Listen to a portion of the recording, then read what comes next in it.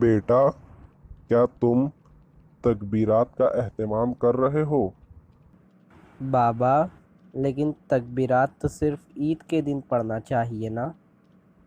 نہیں بیٹا، جب ذی الحجہ کا چاند دکھ جائے تب 1 تاریخ سے لے کر 13 ذی الحجہ کی شام تک ہمیں تکبیرات کا اہتمام کرنا چاہیے۔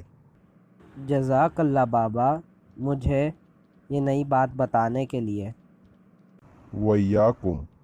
اور تکبیرات کے کلمات کچھ اس طرح ہے: اللہ اکبر، اللہ اکبر، اللہ اکبر، لا